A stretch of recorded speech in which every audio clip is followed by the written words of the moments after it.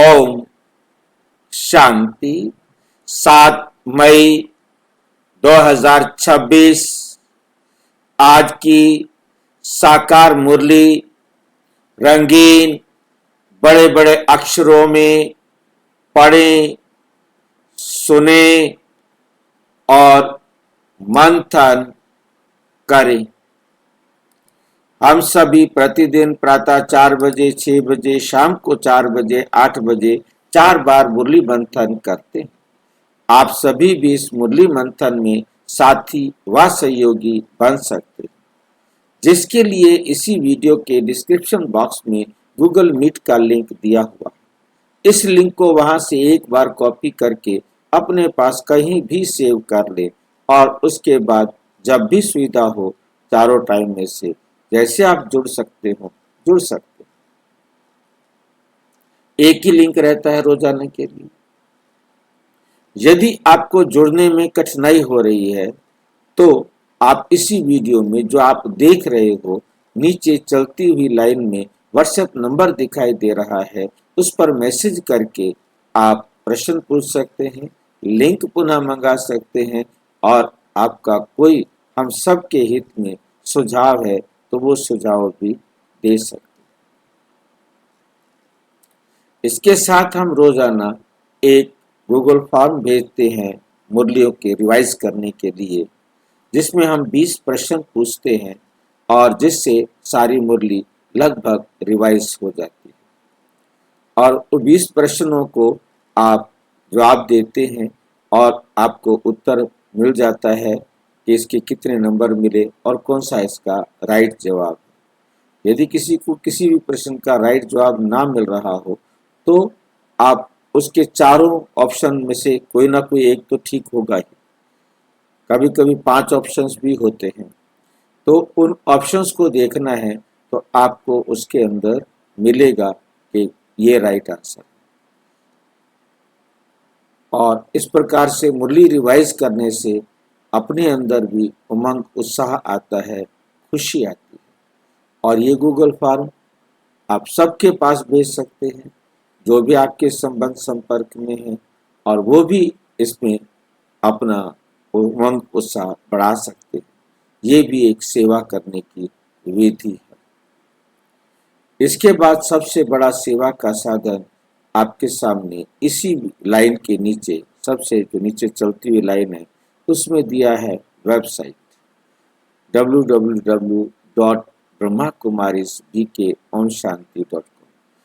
उसको आप यहीं से यही ऐसा कैसा पूरा सभी स्मॉल लेटर्स में गूगल में लिखेंगे और आपके सामने सारा खजाना खुल जाएगा, जहां आप मुरली अव्यक्त मुरली सारा और जो क्वेश्चन आंसर राजयोग का कोर्स जो भी ब्रह्मा कुमारीज के सेंटर के एड्रेस मतलब आप जो भी चाहें जो भी वहाँ अवेलेबल है वो आप उस खजाने को यूज़ कर सकते हैं, वहाँ से कॉपी कर सकते हैं, वहाँ से जिनके पास भेजना चाहें भेज सकते हैं, जिनको कोर्स कराना चाहे कोर्स करा सकते हैं। ये खजाना सबके लिए ओपन है। कोई भी चाहे वो बीके है चाहे नॉन बीके है, सभी इस खजाने को खोलकर अपना जो भी चाहें वहाँ से ले सकते हैं। ये भी एक सेवा का बहुत अच्छा साधन है, उसमें आप अपना सहयोग दे करके अपना भाग्य बना सकते हैं। अच्छा, ओम शांति। आज की साकार मुरली का सार। मीठा मीठा बाबा कहते मीठे बच्चे, तुम ब्रह्मा मुख वंशावली ब्राह्मण। तुम कौन हो? ब्रह्मा मुख वंशावली ब्राह्मण हो। तुम्हें ही बाप द्वारा ज्ञान का तीसरा नेत्र मिला है। तुम अभी ईश्वरीय गोद में हो। तुम अभी कहाँ हो? ईश्वरीय गोद में हो। प्रश्न, अद्वैत राज्य जहां दूसरा कोई धर्म नहीं, उस राज्य की स्थापना का आधार क्या है? उत्तर, योग बल। बाहुबल से कभी भी अद्वैत राज्य की स्थापना हो नहीं सकती। बाहुबल से कभी भी अद्वैत राज्य की स्थापना हो नहीं सकती। वैसे क्रिश्चियन के पास इतनी शक्ति है जो अगर आपस में मिल जाएं तो सारे विश्व पर राज्य कर सकते। अद्वैत राज्य जहां दूसरा कोई धर्म नहीं, अद्वैत का मतलब ही होता है एक धर्म, एक राज्य, एक भाषा। जहां दूसरा कोई धर्म नहीं, उस राज्य की स्थापना का आधार क्या है? ये एक मत वाला राज्य किस किस आधार से स्थापन होता है? क्या इसका आधार है? इसका आधार है योग बल। आज जो कुछ भी दुनिया में चल रहा है वो कौन सा बल है? आज जो कुछ दुनिया में चल रहा है वे कौन से बल पर चल रहा है? बाहुबल पर। जितने भी देश राज्य अपना क्या कहते हैं युद्ध कर रहे हैं, किस लिए कर रहे हैं? बाहुबल के आधार पर। मेरे पास ज्यादा से ज्यादा सारा मेरा ही आधिपत्य होना चाहिए, मेरा ही सारे संसार पर कंट्रोल होना चाहिए। ये किस आधार पर कर रही है दुनिया? अमेरिका हो, रशिया हो, जो भी है, ये सारा बेस है इसका।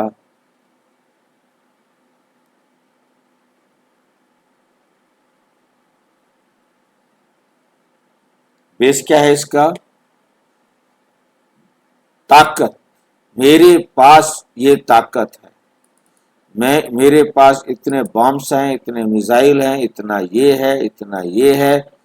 ये समझते क्या है अपने आप को? तो इस प्रकार की जो बातें हैं ये बाहुबल में आती हैं। बाबा कहते ये जो है बाहुबल से कोई भी कुछ समय के लिए तो राज्य कर सकता है, परंतु सबके दिलों पर राज्य करना ये तो केवल और केवल योग बल के आधार से ही आ सकता है, बाहुबल से नहीं। बाहुबल से आप राजा नहीं बन सकते, सारे संसार के राजा नहीं बन सकते। सारे संसार का राजा बनना है तो कैसे बनेंगे? योग बल से। योग बल का क्या फायदा है जो बाहुबल से इतना अच्छा है? योग बल बाहुबल से इतना अच्छा क्यों है? कौन बताएंगे? योग बल बाहुबल से अच्छा है क्यों?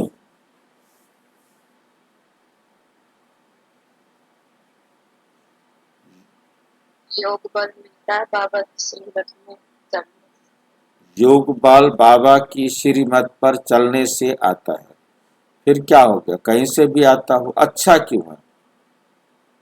अच्छा इसलिए अहिंसा नहीं है ना उसमें, दुख देते हैं ना दुख अहिंसा नहीं है उसमें। हिंसा नहीं।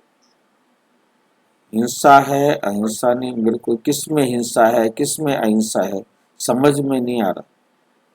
योग बल में अहिंसा नहीं है। योग बल में अहिंसा नहीं है।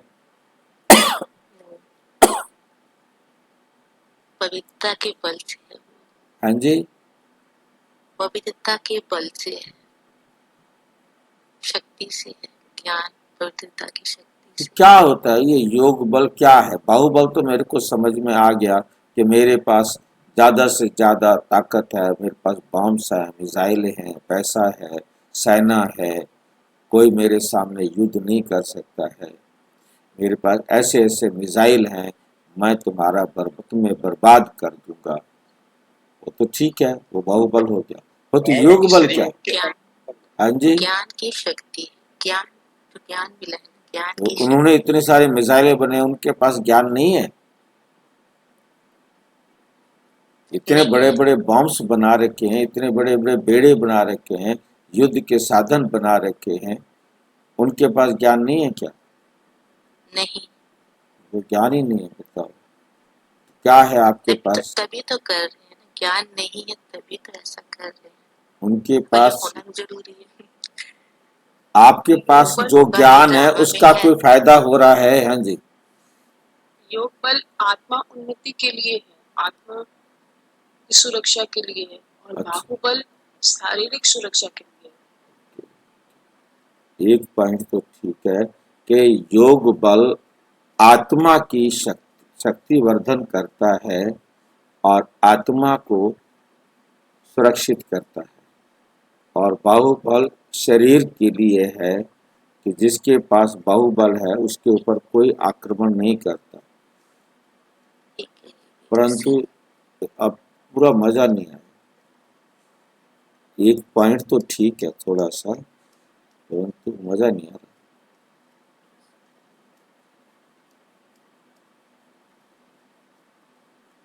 विश्व पे राज तो वही करेगा। हाँ जी, योग बल विश्व पे राज तो नहीं तो वही करेगा। क्या होता है ऐसा योग बल में, क्या है जो विश्व पर राज्य कर लेते हो?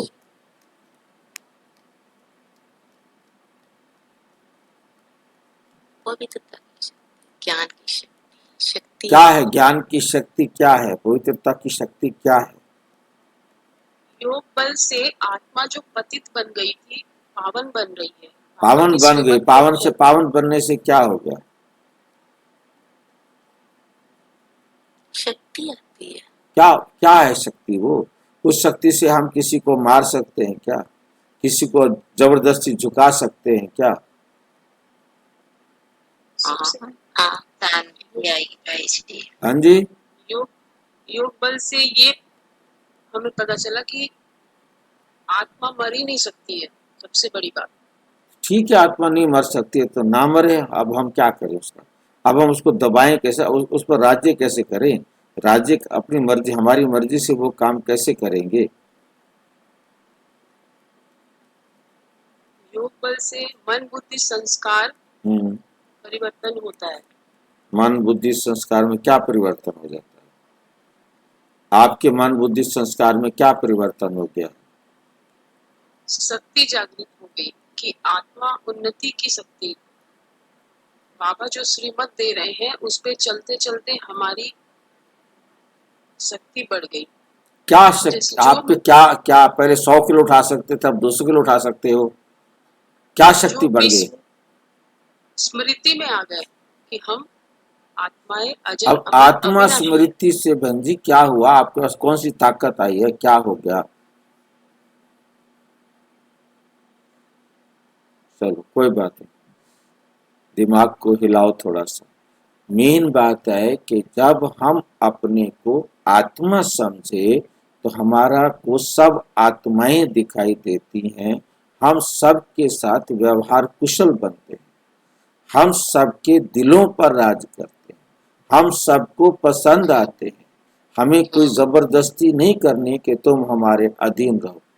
हम प्यार से उनको सहयोग देते हैं, जिसके कारण वो भी हमें प्यार रिटर्न में करते हैं। प्यार से सहयोग।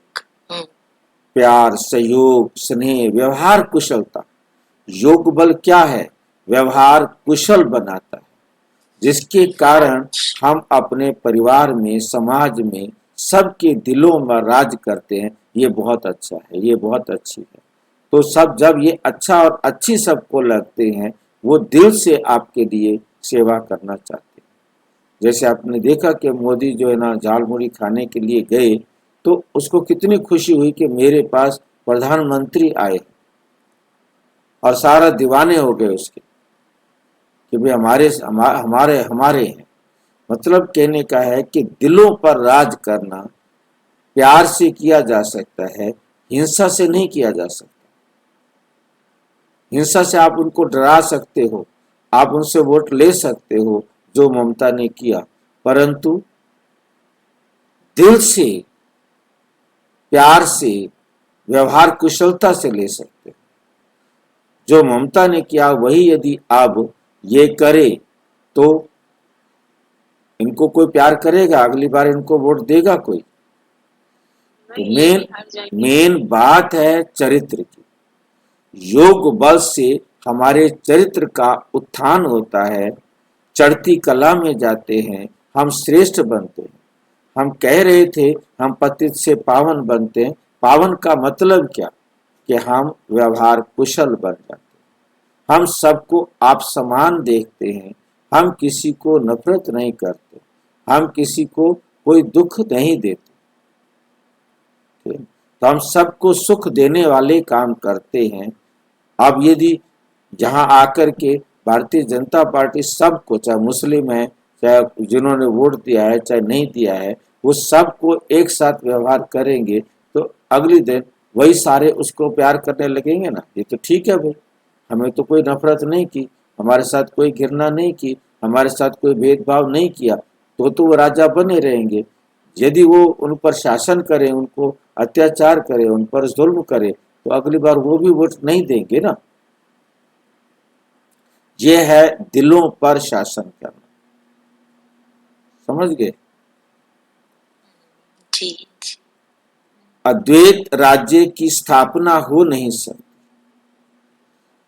वैसे क्रिश्चियन के पास इतनी शक्ति है जो अगर आपस में मिल जाएं तो सारे विश्व पर राज्य कर सकते, चाहे वो अमेरिका में है, चाहे इंग्लैंड में है, यूरोप में है या रशिया में है तो सारे क्रिश्चियन ही। अफ्रीकन कंट्रीज के अंदर सारे मुस्लिम हैं, यूरोप में और अमेरिका में और रशिया में और वहाँ सारे कौन है? क्रिश्चियंस हैं। और वो सबसे ज़्यादा हैं, वैसे संख्या में सबसे ज़्यादा मुसलमान हैं। ऑस्ट्रेलिया में सारे मिक्स हैं, क्योंकि ऑस्ट्रेलिया में जहाँ से कोई गया वो वहाँ पर सब मिक्स है। वहाँ मुस्लिम भी हैं, क्रिश्चियंस भी हैं, इंडियंस भी हैं और दूसरे देशों से भी हर एक वहाँ गया, वहाँ सबको जो भी जाता है, क्योंकि वहाँ संख्या कम है, वहाँ जो भी काम करने जाता है, आ जाओ भी ले जाओ, रह जाओ, यहाँ कोई दिक्कत नहीं।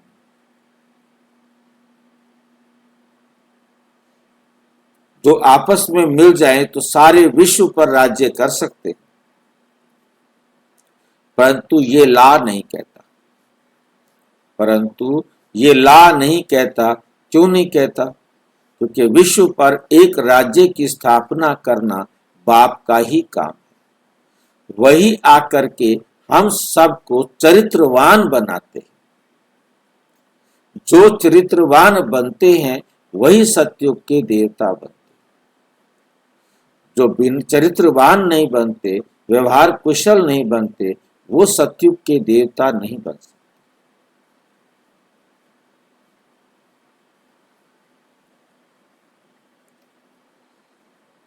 गीत। छोड़ भी दे आकाश सिंहासन, आजा रे इस धरती पर। ओम शांति। बच्चों को ओम शांति का अर्थ तो बहुत बार ही समझाया है ना। ओम यानी मैं कौन? ओम यानी मैं कौन? मैं आत्मा। ये शरीर हमारे आर्गन्स हैं। मैं आत्मा परम धाम की रहने वाली हूँ। भारतवासी पुकारते हैं कि हे दूर देश के रहने वाले आओ, क्योंकि भारत में अभी बहुत धर्म ग्लानि दुख हो पड़ा है। आप फिर से आकर गीता का उपदेश सुनाओ। गीता के लिए ही कहते हैं शिव बाबा आइए, क्योंकि ये सब का बाप है।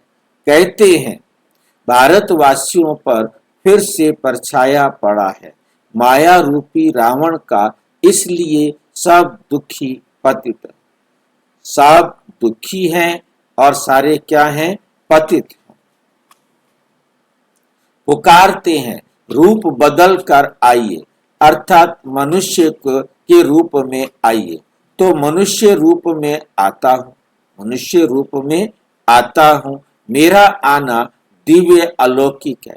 मैं गर्भ में नहीं आता, मैं आता ही हूँ साधारण बूढ़े तन में। मैं किस में आता हूँ? साधारण बूढ़े तन में आता हूँ। तुम बच्चे जानते हो मैं कल्प कल्प अपना निराकारी रूप बदल कर आता हूँ। ज्ञान का सागर तो परम पिता परम आत्मा ही है। श्री कृष्ण को कभी भी नहीं कहेंगे बाप कहते हैं, मैं इस साधारण तन में आकर तुमको फिर से सहज राजयोग सिखा रहा हूँ। जब दुनिया पतित बन जाती है तब मुझे आना पड़ता है। कलयुग से सतयुग बनाने मैं आता हूँ। ब्रह्मा विष्णु शंकर का चित्र भी है। ब्रह्मा द्वारा स्थापना, शंकर द्वारा विनाश और फिर विष्णु द्वारा पालना। यह लक्ष्मी नारायण विष्णु के दो रूप हैं। ये तुम बच्चे जानते हो। बाबा फिर से रूप बदल कर आया है। बाबा फिर से रूप बदल कर आया है। वे हमारा सुप्रीम बाप भी है, सुप्रीम टीचर भी है, सुप्रीम गुरु भी है। और गुरु लोगों को सुप्रीम नहीं कहा जाता। ये तो बाप, टीचर, गुरु तीनों हैं। लौकिक बाप तो बच्चे की पालना कर फिर उनको स्कूल में भेज देते। कोई विरला होगा जो बाप टीचर भी होगा। ये कोई कह ना सके। सब आत्माएं मुझे पुकारती हैं, गॉड फादर कहती है, तो वे आत्मा का फादर हो गया। ये गीत भी भक्ति मार्ग का है। सतयुग में तो माया होती ही नहीं जो पुकारना पड़े।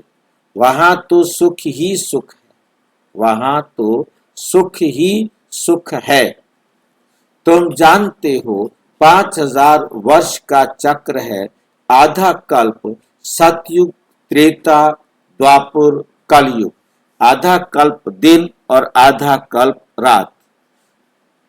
कलयुग, द्वापर, रात। तुम ब्रह्मा मुख वंशावली ब्राह्मण बने हो। ब्रह्मा का अथवा तुम ब्राह्मणों का ही, ब्रह्मा का अर्थात तुम ब्राह्मणों का ही रात दिन गाया जाता है। दिन और रात को ज्ञान भी तुम बच्चों का है। ये दिन और रात का जो ज्ञान है कि दिन रात होते हैं, ये ज्ञान भी सिर्फ किसको है? तुम बच्चों को है। दुनिया में और किसी के पास यह ज्ञान भी नहीं है। लक्ष्मी नारायण को यह ज्ञान नहीं। अभी तुम संगम पर हो, जानते हो। अभी भक्ति मार्ग पूरा हो, दिन उदय होता है। भक्ति मार्ग खत्म होता है और दिन उदय होता है। ये ज्ञान अभी तुमको बाप द्वारा मिला है। कलयुग में व सतयुग में ये ज्ञान किसी को भी नहीं। मतलब सतयुग से लेके कलयुग तक 4900 साल तक किसी के पास परमात्मा का परिचय नहीं होता। परमात्मा के द्वारा मिलने वाला डायरेक्ट ज्ञान किसी के पास नहीं होता। ये ज्ञान परम आत्मा स्वयं आकर केवल इस 100 वर्ष के समय में देते हैं। ना इससे पहले होता है और ना इससे बाद में होता है। केवल 100 वर्ष के लिए परमात्मा आकर खुद ये ज्ञान देते हैं और ये ज्ञान कोई और दे भी नहीं सकता। किसी के पास ये ज्ञान देने की क्षमता भी नहीं। तो परमात्मा आकर ये ज्ञान देते हैं। ये ज्ञान किसको भी होता नहीं, इसलिए गाया जाता है। इसलिए गाया जाता है ब्रह्मा का दिन, ब्रह्मा की रात। ब्रह्मा का नाम क्यों आया? जबकि ज्ञान शिव बाबा देते हैं, फिर नाम ब्रह्मा का क्यों आया? तन ब्रह्मा का यूज किया। क्योंकि स्थूल तन ब्रह्मा का यूज किया। ब्रह्मा दिखाई देता है और शिव बाबा जो अशरीरी, अजन्मा, अयोनि, अभोक्ता है वो दिखाई नहीं देता। तुम अभी सूर्यवंशी, चंद्रवंशी राज्य पाने का पुरुषार्थ कर रहे हो। तुम अभी सूर्यवंशी, चंद्रवंशी राज्य का पाने का पुरुषार्थ कर रहे हो। फिर आधा कल्प के बाद तुम राज्य गंवाते हो। तुम फिर क्या करते हो? राज्य गंवाते हो। यह ज्ञान तुम ब्राह्मणों के सिवाय कोई को नहीं। यह ज्ञान तुम ब्राह्मणों के सिवाय कोई को नहीं है। तुम देवताएं बन जाएंगे, फिर ये ज्ञान रहेगा नहीं। अभी है रात्रि, शिवरात्रि भी गाई जाती है, श्री कृष्ण की भी रात्रि कहते हैं, परंतु उसका अर्थ नहीं समझते। शिव की जयंती अर्थात शिव का रीइनकार्नेशन होता है।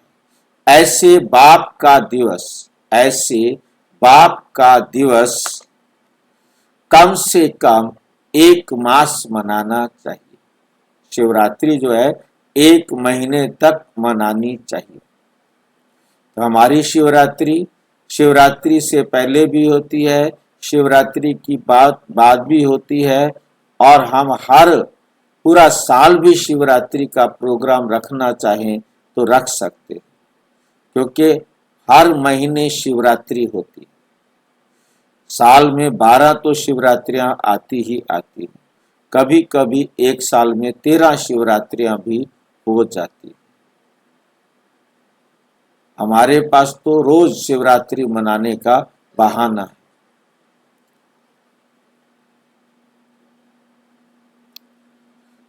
जो सारी सृष्टि को पतित से पावन बनाते हैं उनका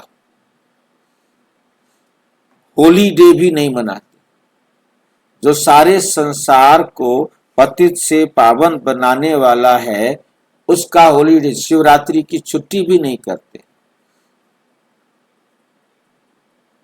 अब शायद हो, क्योंकि हिंदू राष्ट्र की तरफ से चल रहा है, परंतु पहले तो शिवरात्रि की ये मुस्लिम सारे जो है ना विचारधारा थी कांग्रेस की, और जिसके कारण हिंदू छुट्टियों को महत्व नहीं दिया जाता था। मुस्लिम त्योहारों को छुट्टियां दी जाती थी। गाइड बन सबको ले जाता। अभी तुम पुरुषार्थ करते हो राजयोग सीखने का। बाप तुमको ज्ञान का तीसरा नेत्र दे रहे हैं। बाबा आकर के हमको क्या दे रहे हैं? ज्ञान का तीसरा नेत्र दे रहे हैं। आत्मा का रूप क्या है ये भी किसी को पता नहीं है।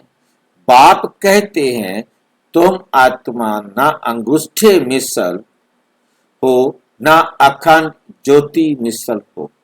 तुम तो स्टार हो, बिंदी मिसल। मैं भी आत्मा बिंदी हूं, परंतु पुनर्जन्म में नहीं आता। मेरी महिमा ही अलग है। मैं सुप्रीम होने के कारण जन्म मरण के चक्र में नहीं आता। तुम आत्माएं शरीर में आती हो तो 84 जन्म लेती हो। मैं इस शरीर में प्रवेश करता हूं, ये लोन लिया हुआ है। आप समझाते हैं तुम भी आत्मा हो, परंतु तुम अपने को रियलाइज नहीं करते हो कि हम आत्मा हैं। आत्मा ही बाप को याद करती है, दुख में हमेशा याद करते हैं। हे भगवान, हे रहम दिल बाबा, रहम करो। रहम मांगते हो, क्योंकि वह बाप ही नॉलेजफुल, ब्लिसफुल, प्योरिटीफुल है। ज्ञान में भी फुल है, ज्ञान का सागर है, मनुष्य को ये महिमा दे नहीं सकते हैं। सारी दुनिया पर ब्लिस करना ये बाप का ही काम है। वे है रचयिता, बाकी सब हैं रचना। क्रिएटर रचना को क्रिएट करते हैं, पहले स्त्री को अडॉप्ट करते हैं, फिर उनके द्वारा रचते हैं, फिर उनके द्वारा क्या करते हैं, रचते हैं, फिर उनकी पालना भी करते हैं, विनाश नहीं करते। ये बेहद का बाप आकर स्थापना, पालना और विनाश कराते हैं। आदि से सनातन देवी देवता धर्म की पालना कराते हैं। आदि सनातन देवी देवता धर्म की पालना, बाबा आकर के हमें आदि सनातन देवी देवता धर्म की पालना कराते हैं। सतयुग आदि में फट से राजधानी स्थापन हो जाती है। इस समय बाबा आकर हमारे अंदर उन संस्कारों की पालना कराते हैं जिनसे हम सतयुग में राजधानी स्थापन करते हैं। फिर जब लाखों करोड़ों की अंदाज में वृद्धि हो जाती है तब राजाई होती है। क्या कहना चाह रहे हैं बाबा? बाबा आकर धर्म और राजधानी एक साथ स्थापन करते हैं। पहले आकर बाबा धर्म की स्थापना करते हैं संगम पर, और जब जो जिस योग्यता को प्राप्त कर लेते हैं उनमें से जो 100% प्योर बने वो अपनी कर्म इंद्रियों के राजा बन गए। पहले स्वयं के राजा बने, फिर कर्म इंद्रियों के राजा बने। कर्म इंद्रियों के राजा बने तो व्यवहार कुशल बने। व्यवहार कुशल बने जिनके साथ उन्होंने अच्छा व्यवहार किया और उनके प्रति भी अच्छा व्यवहार ऑटोमेटिक रिटर्न होना है ना, तो वही अच्छा व्यवहार रिटर्न करने के लिए सतयुग के आदि में आते। तो इस संगम युग पर अच्छा व्यवहार करना बाबा सिखाते हैं, हम जिसके आधार पर व्यवहार कुशल बनते हैं। और यही व्यवहार कुशलता हमारा अकर्म का खाता बनता है, और वो अकर्म का खाता हमें सतयुग में राजा बनाता है, परिवार का मुखिया बनाता है, चाहे वो दास दासियों का मुखिया बनाता है, प्रजा का मुखिया बनाता है। क्योंकि जिनको हमने अच्छा व्यवहार किया है वही तो हमको मिलेंगे। हमने यदि 2 4 5 लोगों के साथ अच्छा व्यवहार किया है तो वो हमें अच्छा व्यवहार वापस करने के लिए हमारे परिवार में आ जाएंगे, खत्म बात। परंतु जिन्होंने हमारे प्रति अच्छा व्यवहार किया है, हम भी उनके परिवार में, उनकी बिरादरी में, उनके मोहल्ले में, उनके एरिया में उनको मिलकर के अच्छा व्यवहार रिटर्न करेंगे। परंतु वो व्यवहार हमारा सतयुगी व्यवहार है, ये हमको देखना। यदि हमारा व्यवहार सतयुगी है तो हम सतयुग में मिलेंगे, चाहे हम सेंटर के इंचार्ज हों। परंतु मेरा व्यवहार भाई बहनों के साथ, आप सबके साथ हम देखो, आप जिस जिस सेंटर पर जाते हो आप बहुत अच्छी तरह समझ सकते हो कि किस बहन का किस भाई बहन से सतयुगी व्यवहार होता है, किस बहन का किस भाई बहन से। दोनों में, ये नहीं कि एक तरफ का, दोनों तरफ का देखना है। मतलब मान लो बहन जी तो सत्व प्रधान व्यवहार कर रही है, परंतु उसके प्रति वहां के जो दूसरे भाई बहन हैं वो यदि रजो प्रधान व्यवहार कर रहे हैं, वो यदि उनके साथ तमो प्रधान व्यवहार कर रहे हैं, तो बहन जी उनको रिटर्न करने के लिए तमो प्रधान दुनिया में मिलेगी। जो भी आत्मा, चाहे वो बहन जी हो तो चाहे वो सामने वाले हो, परमात्मा की नजर में सेंटर इंचार्ज या भाई बहन सारे बराबर है। परंतु डिपेंड ये करता है कौन सी आत्मा बाकी आत्माओं के साथ कैसा व्यवहार करती है।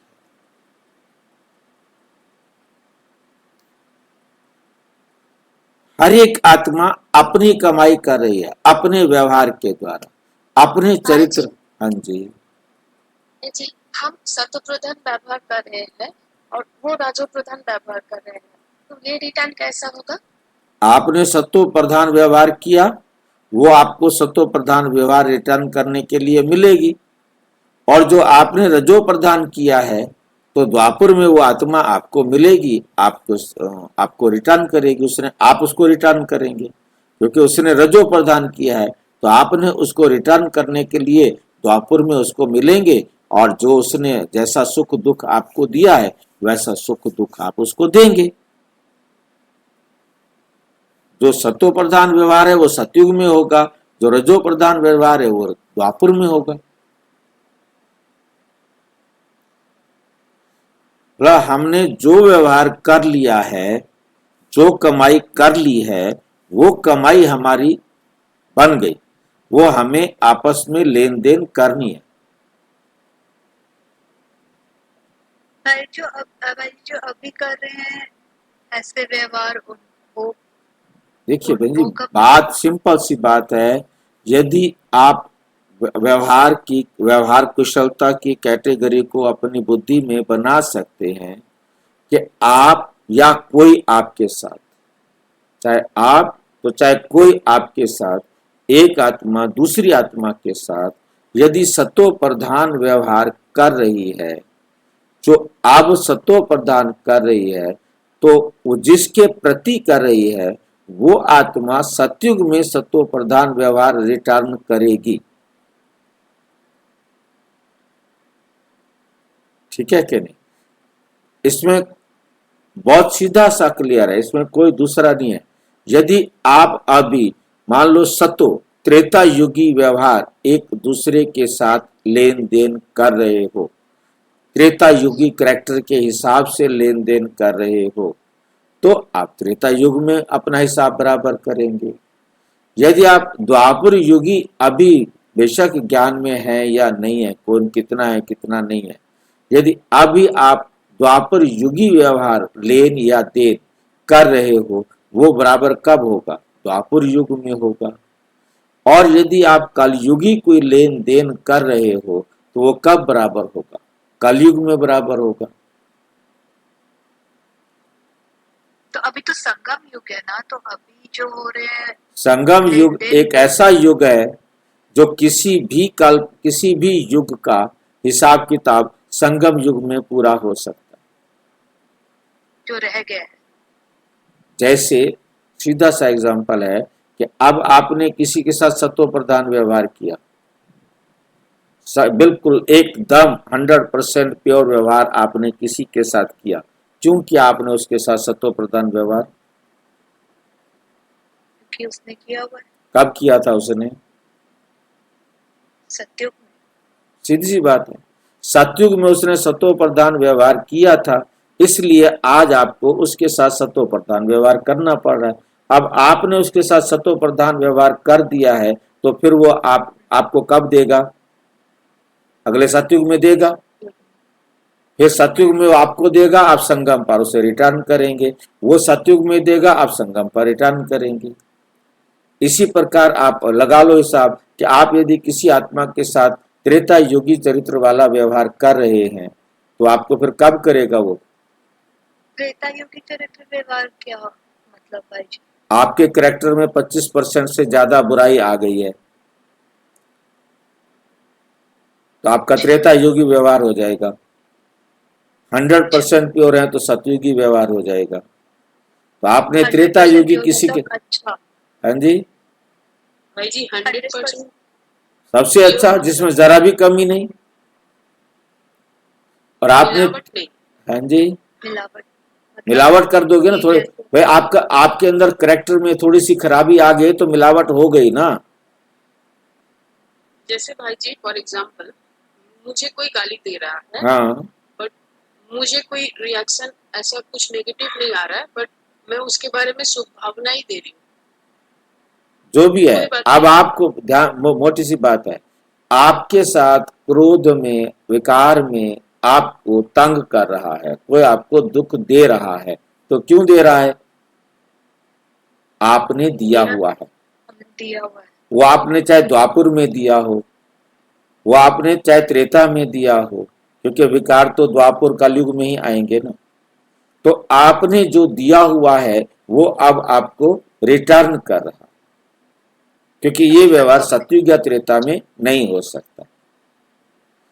अब आप यदि उसके साथ सतयुगी व्यवहार कर रहे हो, स्वभाव संस्कार वस्तु नहीं दे रहा है।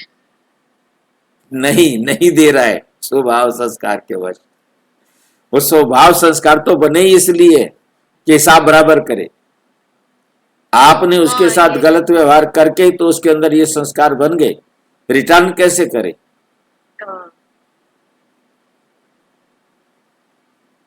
है नहीं? अब आप उसके साथ सतो प्रधान व्यवहार करते हैं तो वो आपको क्यों आप उसके साथ सतो प्रधान व्यवहार कर रहे हो? क्योंकि उसने भी सतयुग में आपके साथ सतो प्रधान व्यवहार किया था, और यदि उसने आपके साथ सतो प्रधान व्यवहार नहीं किया था, आप चाहे कुछ भी करें, आप उसके साथ सतो प्रधान व्यवहार नहीं कर सकते। तो जिसके साथ हम भी बुरा व्यवहार कर रहे हैं, तो मतलब उसने किया था अब द्वापर के बाद, द्वापर में। भाई बुरा व्यवहार द्वापुर कलयुग में होता है, अच्छा व्यवहार सतयुग त्रेता में होता है। अब कितना अच्छा होता है वो सतयुग के शुरू में होगा, सतयुग के जितना लेट होगा, त्रेता में जितना लेट होगा उतना खराब है। तो हमें उस समय क्या सोचना चाहिए उस आत्मा के बारे में जो मुझे गाली दे रही है? अगर मुझे देखिए, आपको कोई दुनिया की ताकत कितना भी पाठ पढ़ाए, बाबा परम धाम से उतर कर आ गया है, आपको कितना भी समझाए, आप वही व्यवहार करेंगे जो उसने आपके साथ किया है, वो बदल नहीं सकता ना? नहीं बदल सकता, क्योंकि उसने आपको दुख दिया हुआ है, आप अपना व्यवहार गलत करके उसको दुख देंगे। परंतु नेक्स्ट क्वेश्चन आता है, किसी की भी गलती नहीं है। हाँ जी, किसी की गलती नहीं है, किसी की गलती नहीं है, यही तो हम रोजाना पढ़ रहे हैं। पूरा ज्ञान ही, सारे ज्ञान का जड़ यही है कि किसी की तो गलती नहीं है, सब निर्दोष, सभी निर्दोष है। हम दोष देकर के अपनी बुद्धि खराब करते हैं और फिर उसके ऊपर जुल्म करते हैं। जिसको ज्ञान समझ में आ जाएगा उसको यह समझ लेगा कि ये निर्दोष है, अब वो उसके साथ गलत व्यवहार नहीं कर सकता। हम ज्ञान फिर हल्का बना देती है। हाँ, ज्ञान जब ये आ जाता है तो ये बहुत तभी हल्के बन सकते हैं ना। जब तक हम ये सोच रहे हैं कि वो कसूरवार है, उसने गलत किया, तभी तो हमें गुस्सा आ रहा है। और जब गुस्सा आ रहा है मतलब वो काम विकार से खतरनाक है, काम विकार से ज्यादा खतरनाक है, काम नहीं है। नंबर 2 पर रखा है बाबा ने, वो भी हमारे शरीर की ओज को, हमारी शक्ति को बर्बाद करता है। गुस्सा आने के बाद किसी के अंदर ताकत रही हो तो बताओ। जैसे विकार में जाने के बाद हम शक्तिहीन हो जाते हैं, ऐसे ही क्रोध करने के बाद हम शक्तिहीन हो जाते हैं, हमारे पास ताकत नहीं होती है।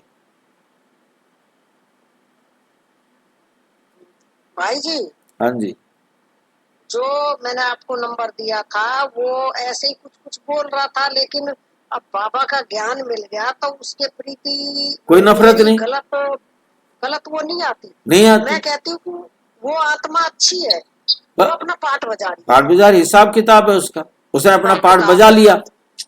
हाँ, ये सोचकर मन शांत है, मन शांत। संगम युग में भाई जी सारे युगों के जो कर्म रह गए वो हो रहे हैं। बिल्कुल भाई जी, ये जो हमने सोचा कि कोई बात नहीं, ये अपनी पार्ट बजा रही, तो क्या हम ये सतयुगी व्यवहार हुआ? अभी आपने कोई व्यवहार तो ना किया है, आप तो उसके रिटर्न में करेंगे ना। रिटर्न में तो आपने कुछ नहीं किया, आपने प्रतिक्रिया ये की कि आपने अपने आप को बचा लिया। आप दुखी होने से बच गए तो आपने अपने आप को बचा लिया, परंतु आप दुखी ही होते रहे तो आपने कहां बचाया अपने आप को? आपने कहा तो सही, यदि आपने कहा और उसके बाद आप दुख मुक्त हो गए, तब तो आपने अपने आप को बचाया, थोड़ा सा बचाया, 10 ग्राम बचाया, 50 ग्राम बचाया, 100 ग्राम बचाया, वो आप जाने। 100% आपने दुखी होना बंद कर देंगे, तब आप उसे सुख दे सकेंगे, तब आप उसके प्रति सतो प्रधान व्यवहार कर सकेंगे। जब तक आप अपने आप को पूरी तरह से शांत नहीं करेंगे, तब तक आप उसके प्रति सतो प्रधान व्यवहार नहीं कर सकते। हाँ जी, हाँ जी, जो आत्मा का पवित्रता 75% के ऊपर नहीं हुआ, उसका व्यवहार भी तो सतयुगी व्यवहार अभी नहीं होगा ना। नहीं होगा ना। पवित्रता में पांचों विकार हैं, एक विकार नहीं है। मुझे यदि भय लग रहा है तो ये भय भी मेरे को शक्तिहीन करता है। ये नहीं कि भय कम विकार है। मेरे अंदर किसी भी प्रकार का लोभ है, लालच है, तो वो भी विकार है। वही तो मेरे को व्यवहार कुशल नहीं बनने दे रहा है। ये विकार हमें व्यवहार कुशल बनने नहीं देते। ये हमारे ब्रह्मचर्य को सत्यानाश करते हैं। ब्रह्मचर्य नहीं है यदि मैं व्यवहार कुशल नहीं हूं तो। ब्रह्मचर्य का मतलब बाबा ने बड़ा क्लियर किया, केवल काम विकार पर विजय पाना नहीं, ब्रह्म आचारी बनने पर ब्रह्मचार्य है। ब्रह्म आचारी ब्रह्मा वाले आचरण को अपने जीवन में धारण करना। इन पांचों विकारों को, काम नहीं सिर्फ, काम जितना विनाशकारी है उससे थोड़ा सा कम लगा लो, मतलब वो 100% है, तो क्रोध जो है ना 90% है। लोभ समझ लो कि 80% है, और उसके बाद क्या है, मोह है, वो 70% है। बोला ये भी परसेंटेज मैं वैसे लगाने के लिए बता रहा हूं, बाकी उनकी अपनी तीव्रता भी उस पर निर्भर करती है ना। लोभ कितनी गहराई तक है, किसी को थोड़ा सा लोभ है, किसी को ज्यादा लोभ है। मतलब मेन बात है कि जो जितना विकार में है, जितना भी विकार उसके अंदर है, अब किसी में काम विकार बहुत कम है, किसी में थोड़ा ज्यादा है, किसी में बहुत ज्यादा है। विकारों की भी अपनी तीव्रता है। तो ये जितने विकार तीव्र हैं, कौन सा विकार, क्योंकि सभी में अंतर तो रहेगा, हम सबको एक बराबर नहीं कह सकते।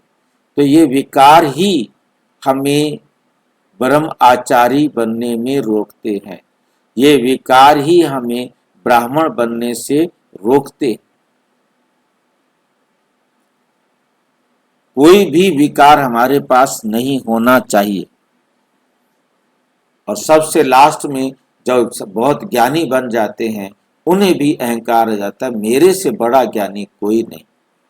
भगवान को भी अक्ल नहीं है जितनी अक्ल मेरे पास।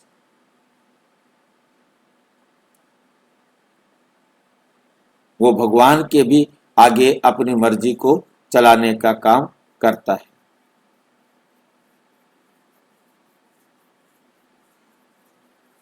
चले आगे।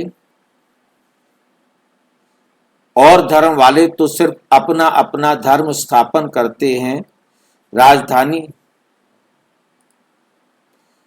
फिर जब लाखों करोड़ों की अंदाज में वृद्धि हो जाती है, तब राजा आते। मतलब बाबा जो हम जहां से गए थे, वो बात ये थी कि जो सतयुग की स्थापना है वो बाबा आकर कराते हैं।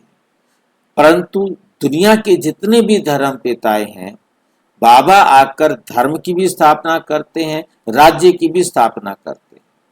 मीन्स यहीं पर ही सारा पूरा का पूरा व्यवहार कुशल बनाकर हमें उतना श्रेष्ठ बना देते हैं। सतयुग में वही आत्माएं आती हैं जिन्होंने इतना श्रेष्ठ व्यवहार करना सीख लिया, क्योंकि उन्होंने रिटर्न करना है तो सीखना तो पड़ेगा। बिना सीखे रिटर्न कैसे करेंगे। तो इस प्रकार से वही आत्माएं आती हैं जो आपस में एक दूसरे के साथ सतो प्रधान व्यवहार कुशल होती हैं, और वो राजा बन, उनमें से जो सबके दिलों पर राज करता है वो राजा बनता है। जैसे हमने हमारे सामने एग्जाम्पल बाबा ने दिया कि ब्रह्मा बाबा ने सबके दिलों पर राज किया। जो ब्रह्मा कुमार बने, कितने ब्रह्मा कुमार बने, कितनी ऊंची अवस्था वाले ब्रह्मा कुमार बने, उन्होंने ब्रह्मा बाबा को उतनी अच्छी तरह फॉलो किया है ना। तो जितना ब्रह्मा बाबा को फॉलो किया है तो ऑटोमेटिक उनका रिस्पेक्ट ब्रह्मा बाबा के प्रति होगा। अब ब्रह्मा बाबा वहां नारायण बन करके आ गए हैं तो उनके प्रति नेचुरल रिस्पेक्ट होगा, सम्मान होगा उनके प्रति। ऐसा हो नहीं सकता कि उनके प्रति सम्मान ना हो, क्योंकि अब उस प्यार को प्राप्त किया है तो उसका रिटर्न करेंगे। अब हम जैसे हैं, हम ब्रह्मा बाबा से डायरेक्ट नहीं मिले तो कोई बात नहीं, हम सतयुग में आने के लायक बन गए तो हम सतयुग में उनके पीछे लाइन में आ जाएंगे। जिन दीदियों, दादियों, भाइयों, बहनों ने हमको पालना में सहयोग दिया, जिन्होंने हमारे साथ सतयुगी व्यवहार किया, हम उनके आसपास संपर्क में आ जाएंगे। कोई बात नहीं, देख लेंगे, बैठे हुए हैं, ठीक है कि नहीं। मतलब हम उतने नजदीक नहीं जा पाएंगे, कोई बात नहीं। जहां हमारा संबंध है, जिन आत्माओं के साथ हमने अच्छा व्यवहार किया है, तब हम एक दूसरे के संपर्क में आएंगे। हम अच्छा व्यवहार करेंगे नहीं तो हम एक दूसरे के संपर्क में क्यों आएंगे? क्लियर है मेरे ख्याल से। तो राजाई स्थापना, परमात्मा राजाई भी स्थापना करके जाते हैं। और ये रजाई कैसी होती है? योग बल की, जो मेन बाबा समझाना चाहते हैं, योग बल की राजाई बाबा आकर स्थापन करते हैं। बाहुबल की राजाई रावण आके स्थापन करता है, ठीक है।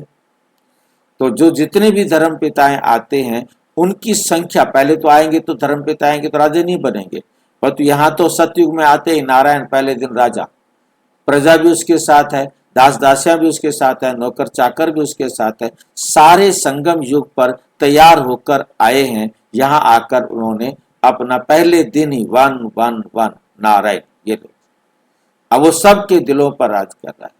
कोई हथियार नहीं, किसी को कोई धमकी नहीं, किसी को कोई डर नहीं, किसी के पास कोई भय नहीं, कोई ईर्ष्या नहीं, कोई विकार नहीं, सारे के सारे संपूर्ण निर्विकारी। तो वहां दुख क्या होगा, चिंता क्या होगी, भय क्या होगा? कुछ भी नहीं। धीरे धीरे रावण का राज्य अपना असर डालना शुरू करता है, 1%, 2%, 10%। और जब धर्म पिताएं आते हैं, वो आते हैं द्वापुर में, तब तक 50% से ज्यादा दुनिया पतित हो चुकी होती है।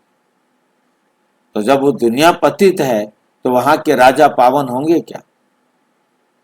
उनमें जो शाना है वो पहले, क्योंकि जितने भी राज्य हैं धर्म के आधार पर चलने वाले, तो उनमें धर्म को आधार पर मौलवी को बहुत महत्व दिया गया, पादरी को बहुत महत्व दिया गया।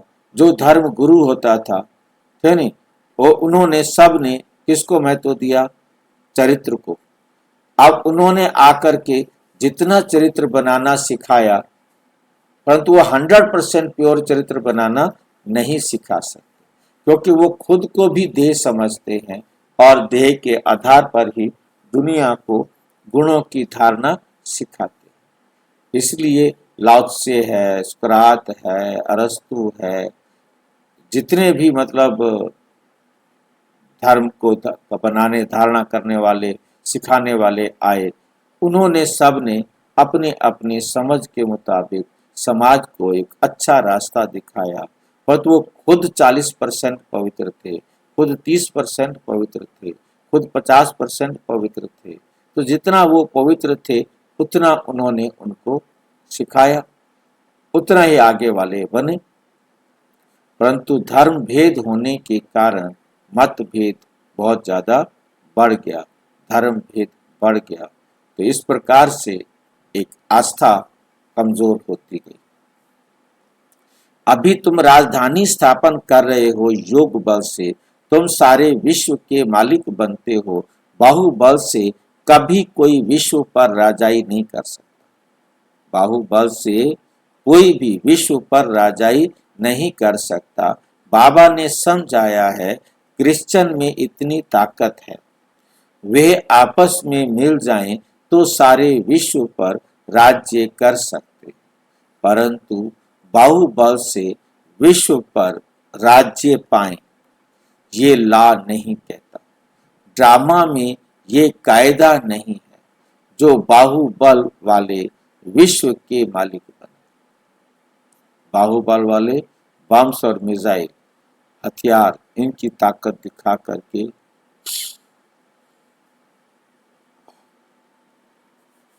हम सारे विश्व के राजा नहीं बन सकते।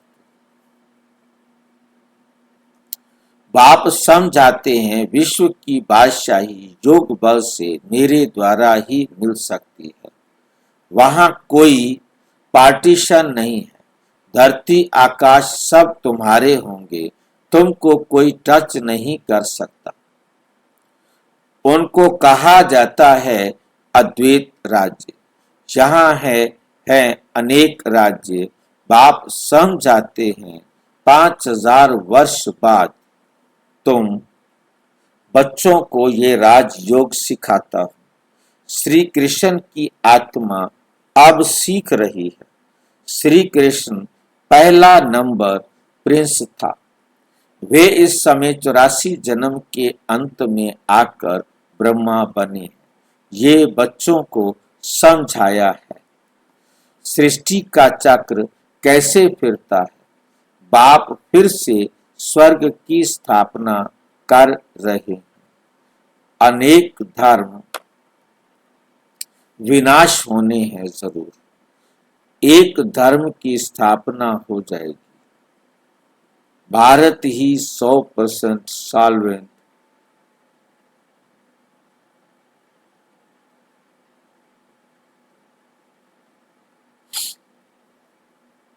भारतीय 100% सॉल्वेंट विघ्न विनाशक था। धर्म श्रेष्ठ था। देवताओं के कर्म भी श्रेष्ठ थे। उन्होंने उन्हों की ही महिमा गाई हुई है। सर्वगुण संपन्न, 16 कला संपूर्ण, पहले पहले पवित्र थे, अभी पतित बने हैं। फिर बाप आकर स्त्री पुरुष दोनों को पवित्र बनाते हैं। रक्षाबंधन का उत्सव इतना क्यों मनाते हैं, ये कोई को पता नहीं। बाप ने ही आकर के प्रतिज्ञा ली थी कि अंतिम जन्म में तुम पवित्र रहो, तुम दोनों पवित्र रहो। सन्यासियों का तो धर्म ही अलग है, ज्ञान, भक्ति और वैराग्य, ये तुम्हारे लिए है। तुमने देखा होगा पादरी लोग चलते हैं तो आंखें एक तरफ रहती हैं और किसी की तरफ देखते नहीं। नन्स होती है ना, अब वह तो क्राइस्ट को याद करती हैं। कहते हैं क्राइस्ट गॉड का बच्चा था। तुम्हारा कोई सफेद कपड़े आदि से कनेक्शन नहीं है। हमारा बाबा कितनी लाइन क्लियर कर रहे हैं, तुम्हारा सफेद कपड़े से आदि से कोई कनेक्शन नहीं है, तुम तो आत्मा हो। नन बट वन, इसका क्या मतलब होता है ये नन बट वन?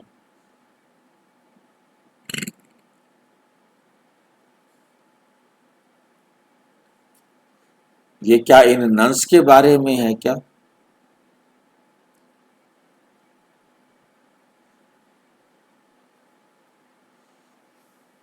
नन किसे कहते हैं?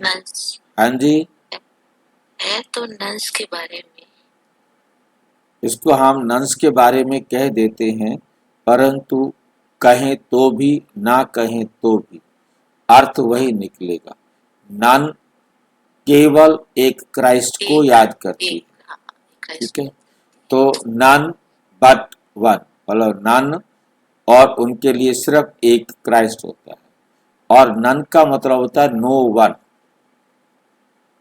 नो वन को हम ऐड कर दें तो उसको भी नन बोला जाता है। इंग्लिश में नो वन, नन, ठीक है नहीं। और कोई नहीं परंतु एक, शिव बाबा। समझ में आई है बात? ये अंग्रेजी है ना, गोलमोल है। नो वन को हम शॉर्ट में लिखते हैं नन, ठीक है। और नन उसे कहते हैं जो क्रिश्चियंस धर्म को मानती है। वो सिर्फ एक क्राइस्ट को ही अपना मानती है। उनके लिए वही परमेश्वर है, वही सब कुछ है। वो परमेश्वर का पुत्र है, हमने उसी की डायरेक्शन पर चलना है। अब कैसे चलना है वो अपना उनका रूटीन वर्क होगा। सच्ची नंस तो तुम हो, तुमको वर्षा उस बाप से मिलना है, उनको याद करेंगे तब ही विकर्म विनाश होंगे। इसलिए बाप का फरमान है माम एकम याद करो। आत्मा का निश्चय ना होने कारण नंस फिर क्राइस्ट को याद करती, उन नंस को आत्मा का पूरा, जबकि वो आत्मा समझती हैं परंतु देह भान वाली आत्मा समझती।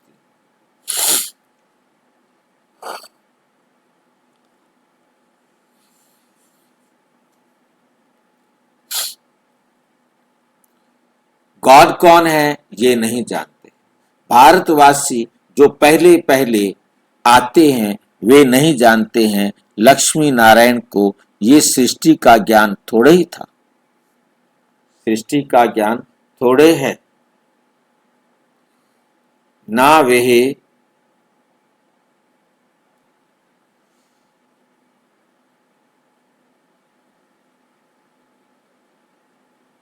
त्रिकालदर्शी हैं। त्रिकालदर्शी तो तुम बनते हो, उनको तो तीनों कालों का ज्ञान ही नहीं है। बाबा ने आकर तीनों कालों का ज्ञान तो हमें दिया है ना। तुमको कोड़ी से बदल हीरे जैसा बनाते, बाबा आकर तुम्हें कोड़ी से बदल कर हीरे जैसा बनाते हैं।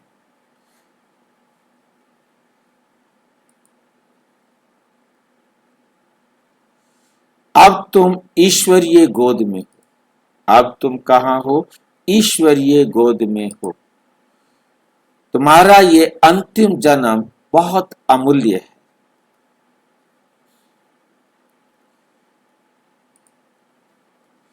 भारत की खास दुनिया की आम तुम रूहानी सेवा करते हो, बाकी वे तो है जिस्मानी सोशल वर्कर्स। तुम हो रूहानी, तुमको सिखाने वाला सुप्रीम बाप, सुप्रीम रूह है। हर एक आत्मा को बोलो बाप को याद करो। बाप को ही यदि पतित पावन गाया जाता है। तुमको गिरने में 84 जन्म लगते हैं, फिर चढ़ने में 1 सेकंड लगता है। ये तुम्हारा इस मृत्यु लोक का अंतिम जन्म है। मृत्यु लोक मुर्दाबाद, अमर लोक जिंदाबाद होना है। इसको अमर कथा कहा जाता है। अमर बाबा आकर तुम अमर आत्माओं को अमर युग में ले चलने के लिए अमर कथा सुनाते।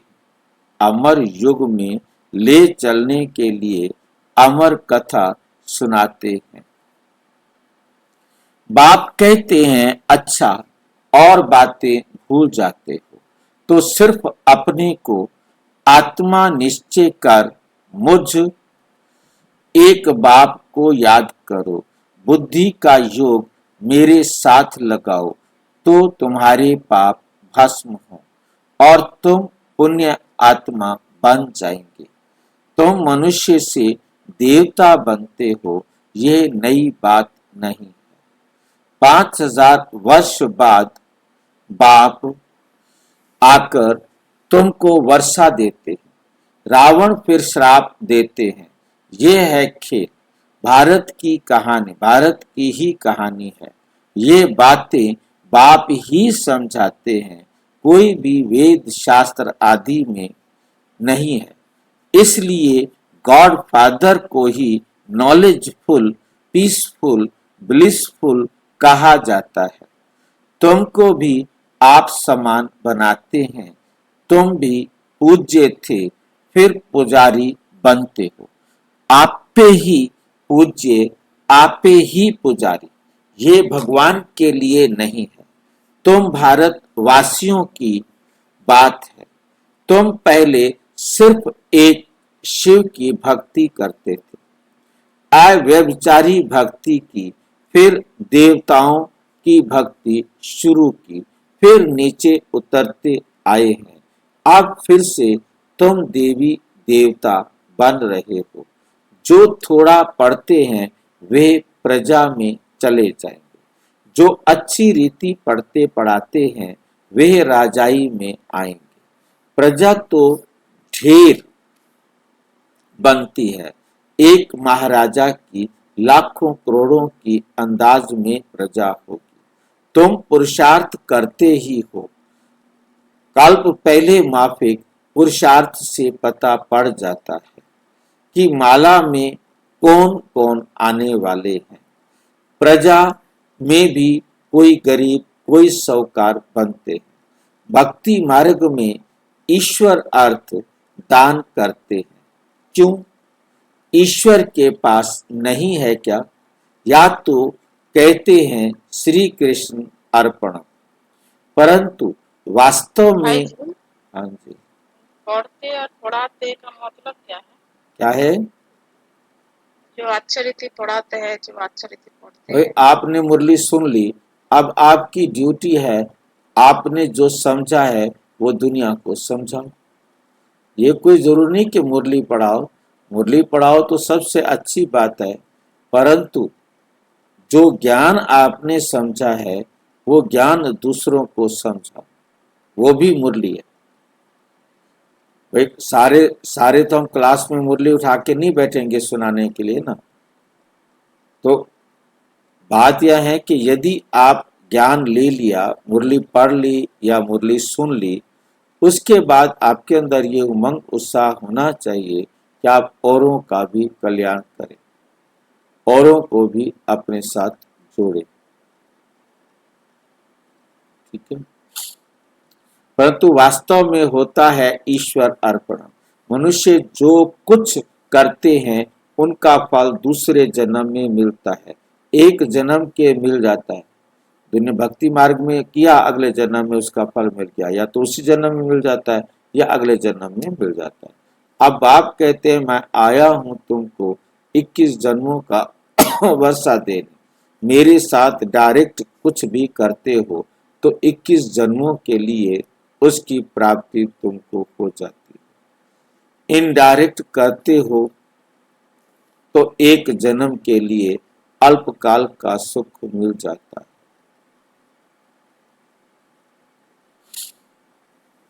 बाप समझाते हैं ये तुम्हारा सब मिट्टी में मिल जाना है, इसलिए इसको सफल कर लो। तुम ये रूहानी हॉस्पिटल कम यूनिवर्सिटी खोलते जाओ, जहां से सब एवर हेल्दी एवर वेल्दी बनेंगे। इनसे बहुत इनकम होती है, योग से हेल्थ और चक्र को जानने से वेल्थ। तो घर घर में ऐसी यूनिवर्सिटी कम हॉस्पिटल खोलते जाओ। बड़ा आदमी है तो बड़ा खोले, जहां बहुत आ सके। बोर्ड पर लिख दो, जैसे नेचर क्योर वाले लिखते हैं। बाप सारी दुनिया की नेचर बदल प्योर बना देते हैं। इस समय सभी सभी इम्प्योर हैं। सारी दुनिया को एवर हेल्दी एवर वेल्दी बनाने वाला बाप है, जो अब तुम बच्चों को पढ़ा रहा है। तुम हो मोस्ट स्वीट चिल्ड्रन। अच्छा, मीठे मीठे सिक्की लधे बच्चों प्रति माता पिता बाप दादा का याद प्यार और गुड मॉर्निंग। रूहानी बाप की रूहानी बच्चों को नमस्ते। हम रूहानी बच्चों की रूहानी बाप दादा को नमस्ते नमस्ते नमस्ते। धारणा के लिए मुख्य सार नंबर 1, अपनी इस अमूल्य जीवन की रूहानी सेवा में लगना है। खास भारत आम सारी दुनिया की सेवा करनी है। अब आपने सब कुछ सफल करने के लिए डायरेक्ट ईश्वर अर्थात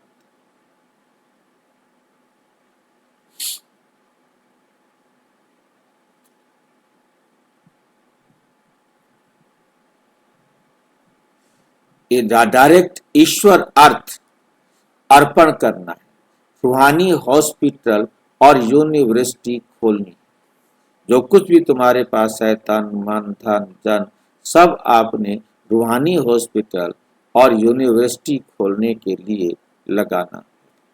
वरदान, एक रस स्थिति द्वारा अति इंद्रिय सुख की अनुभूति करने वाले सर्व आकर्षणों से मुक्त भव। ये होता है वरदान।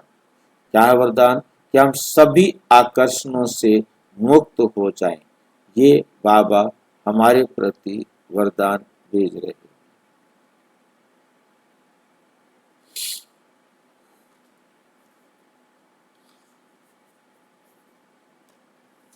जब इंद्रियों की आकर्षण और संबंधों की आकर्षण से मुक्त बनो, तब अतीन्द्रिय सुख की अनुभूति कर सकेंगे।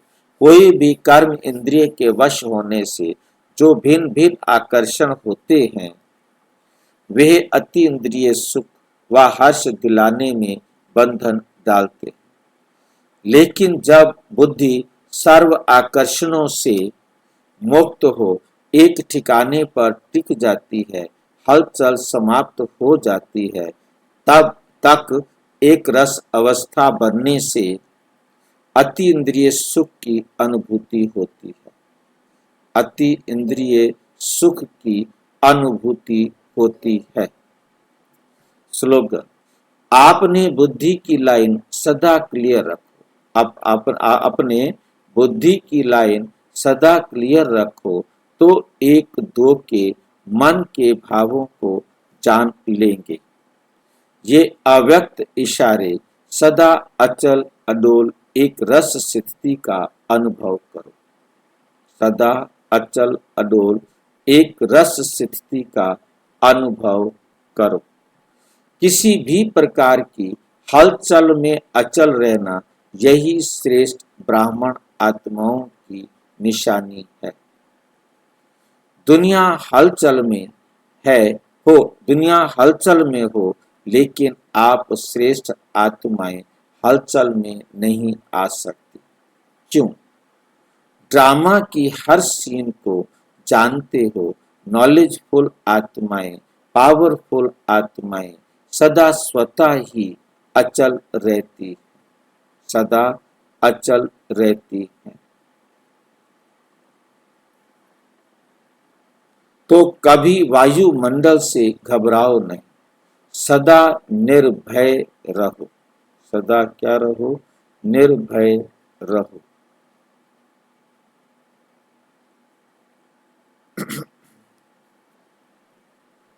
अच्छा, ओम शांति। और विस्तार से जानने के लिए प्रजापिता ब्रह्मा कुमारी ईश्वरीय विश्वविद्यालय के किसी भी सेवा केंद्र पर संपर्क करें। और यदि कोई प्रश्न है तो 9213106986 पर केवल टेलीग्राम करें। 9650692270 पर केवल व्हाट्सएप करें, फोन नहीं। ओम शांति।